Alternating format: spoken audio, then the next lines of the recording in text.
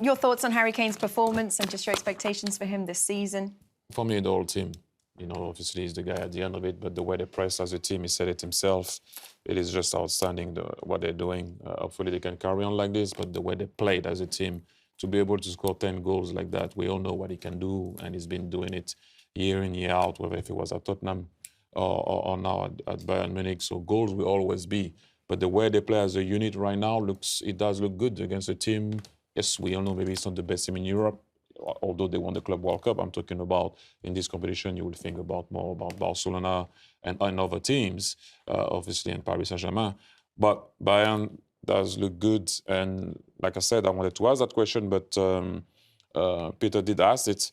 I think for me, he will be looking to win the Champions League. Mm. Can I just ask you, sorry, Kate, about striker Kane? How good is, you played in that position, how good is he in terms of, obviously we know his all-round game, but when we talk about elite strikers, especially over the last 20 years, where would you put him? What bracket would you put him? How much do you rate him? What I like is the evolution of the player. I remember going to see him one time and for a previous job that I was doing, and I asked him, you know, like, you score a lot of goals, but sometimes you forget about your teammates and you don't try to look for a pass. He said, "You're right, I'll work on that." Then he came up with it. Then, you know, he's trying to get better all the time. And he's been doing it. And, you know, the higher you go and, you know, no disrespect to Tottenham, he's playing in a better team now. Yeah. So that will enhance his quality. What advice did you give him in that moment? Oh, no, I didn't have to give him anything because I saw the way he was talking and in his eyes that he is a guy that works. Do you understand what I mean? That he didn't need anything. You could see that he knew, you know, what he had to do. And by the way, it's one thing to say it, and it's another thing to do it, and he did it. I think he's England's greatest ever centre-forward or goal scorer. You know, he's done it in the Premier League with a team who aren't one of the top teams. He's gone abroad now, Bayern Munich, huge pressure, all eyes on him. What was his numbers there? 90-odd goals in 100 games or something like that. Ridiculous. He's been a top goal scorer in the World Cup. He is one of the greatest goal scorers the game's seen. And I think, you know, you think of some great strikers England have had in the past, and obviously some great ones.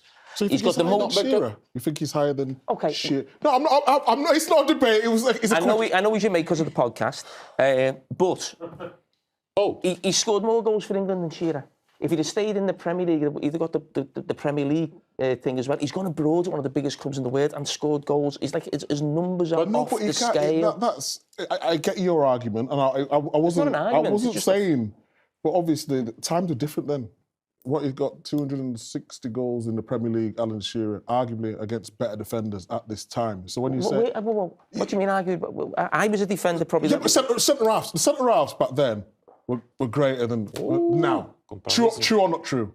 I don't know. Van Dijk's playing now. But that's one... Name 6 top defenders in the Premier League right now.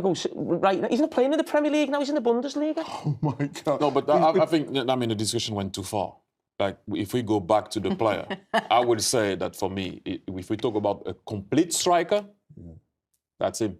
Yeah, he can come deep, he can get on the ball, he can play people in, he's the best striker We can raise question about pressing, because pressing also is part of being a striker.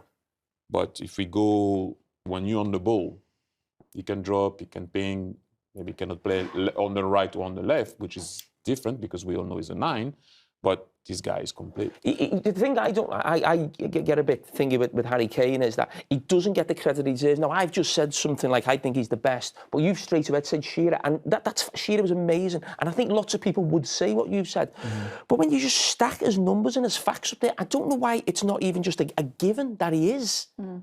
He's playing for Tottenham, a team who haven't won the league for about 60 years. He's playing for England, scored more goals, got more caps than probably any.